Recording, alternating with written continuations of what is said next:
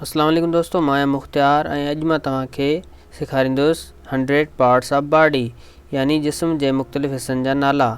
दोस्तों लगातार इंग्लिश सिखण जे लाइ असांजे चैनल इंग्लिश इन सिंधी खे सब्सक्राइब करियो त जीअं तव्हांखे असांजा अहिड़ा वीडियो लगातार मिलंदा रहनि ऐं तव्हां पंहिंजी इंग्लिश इम्प्रूव कंदा रहो। तो दोस्तों शुरू कयूं था जो लेसन। असांजो सभ खां पहिरियों लफ़्ज़ आहे गम। गम यानी महार। माउथ माउथ वात। Moustache moustache मुछूं। नेल नेल यानी नह। नेवल नेवल दुन। नोज़ नोज़ नक। पल्स पल्स नब्ज़। ऐं दोस्तों नब्ज़ ॾिसण खे फील द पल्स चइबो आहे। Feel the pulse. Nostril nostril यानी नास।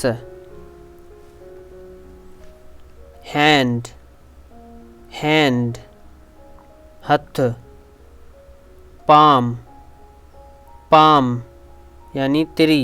हथ जी तिरी खे पाम चइबो आहे ऐं हिते असांखे एल साइलेंट रखिणो आहे। एल खे प्रोनाउंस नाहे करिणो, हिते फ़क़ति पढ़णो आहे पाम पाम। बॉन बॉन हॾो। रिस्ट रिस्ट दोस्तों हिते असांखे डब्ल्यू प्रोनाउंस नाहे करिणो, हिते असांखे फ़क़ति रिस्ट पढ़णो आहे। रिस्ट रिस्ट यानी काराई। शोल्डर शोल्डर कुल्हो। वेस्ट वेस्ट यानी चेल्ह। टेम्पल टेम्पल लौंदड़ी। एल्बो एल्बो यानी ठूंठ। Skull skull खोपरी। नेक नेक कंध या ॻिची। किडनी किडनी बुकी या गुर्दो। थ्रोट थ्रोट गलो। नी नी यानी गोॾो। हिते बि के साइलेंट आहे, हिते सिर्फ़ु पढ़णो आहे नी नी। लिप लिप यानी चप। यूरिनरी ब्लैडर यूरिनरी ब्लैडर यानी मसानो। वेन वेन नस। आर्टरी आर्टरी रग। कैपलरी कैपलरी शरियानी या वार नली। हेयर हेयर वार दोस्तों हिकु वार हुजे या केतिरा वार हुजनि उन्हनि जे लाइ असां हेयर यूज़ कंदासीं। कुझु दोस्त हिन जे अंदरि एस जो इज़ाफ़ो कंदा आहिनि जेको सरासर ग़लति आहे। हेयर जो जम बि हेयर ई आहे न कि hairs.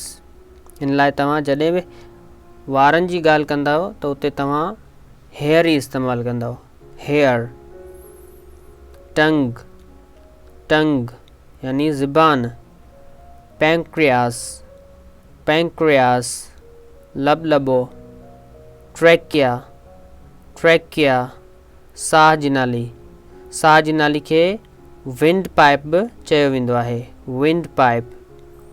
Dense serotinus dens serotinus अकुलदाठ। नर्व नर्व यानी तंत। ईयर ईयर कन। ईयर ड्रम कन जो पर्दो। ईयर कैनाल यानी कन जी नाली। कार्टिलेज कार्टिलेज यानी कुर्टणो हॾो या नरम हॾो। स्किन स्किन यानी खल। हिप हिप दुड फेस फेस यानी मुंह या चेहरो गलेट गलेट खाधे जी नाली या पोइ तव्हां इनखे फूड पाइप बि चई सघो था ग्राइंडर ग्राइंडर यानी ॾाठ बियर्ड बियर्ड दाढ़ी टूथ टूथ यानी दंद हार्ट हार्ट दिल ब्रेन ब्रेन दिमाग ट्रंक ट्रंक यानी धड़ कंध खां हेठि वारे हिसे खे ट्रंक चयो वेंदो आहे ट्रंक थाए थाए रान चीक चीक गल फुट फुट यानी पैर फोरहेड फोरहेड यानी पेशानी पैलेट पैलेट यानी तारूं सोल सोल पैर जो तरो स्प्लीन स्प्लीन यानी तिली ग्लैंड ग्लैंड गदूद एंकल एंकल भेड़ी या मुर्यो चिन चिन यानी खाड़ी जॉ जॉ याड़ी जाइंट जाइंट यानी जोड़ लीवर लीवर जिगर आईबॉल आईबॉल यानी दोडो मसल मसल मश्क पेरिकार्डियम पेरिकार्डियम यानी दिल जो पर्दो या दिल जी झली आईलैश आईलैश यानी पिंबण रिब रिब यानी पासरी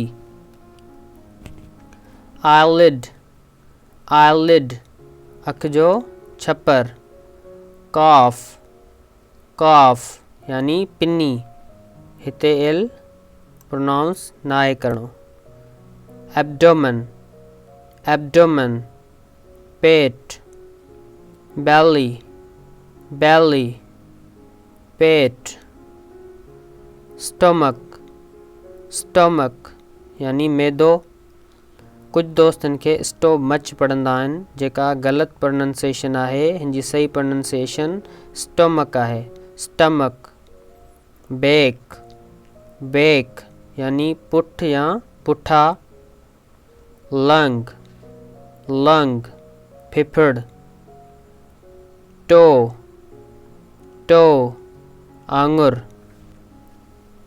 फिंगर फिंगर आंगुर इंडेक्स फिंगर शहादत वारे आंगुर मिडल फिंगर विची आंगुर रिंग फिंगर मुंडी वारी आंगुर लिटिल फिंगर नंढी आंगुर थम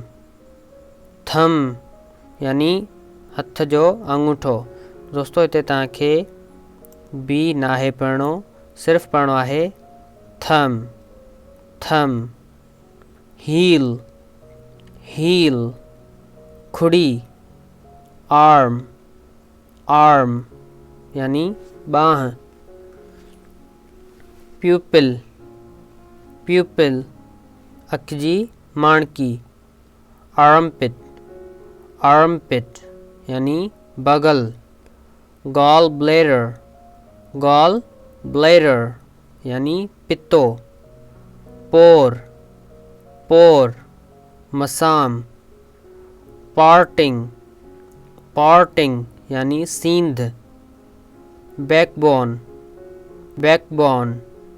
करहंगो बाउल्स bowels आंडा, chest chest यानी छाती,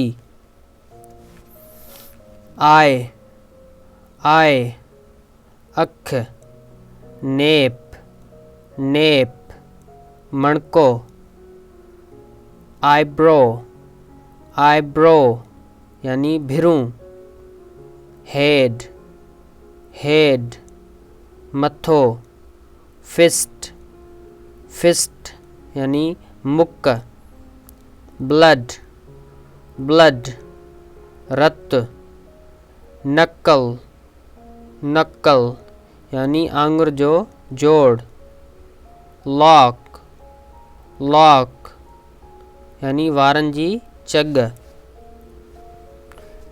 skeleton skeleton ढांचो, eye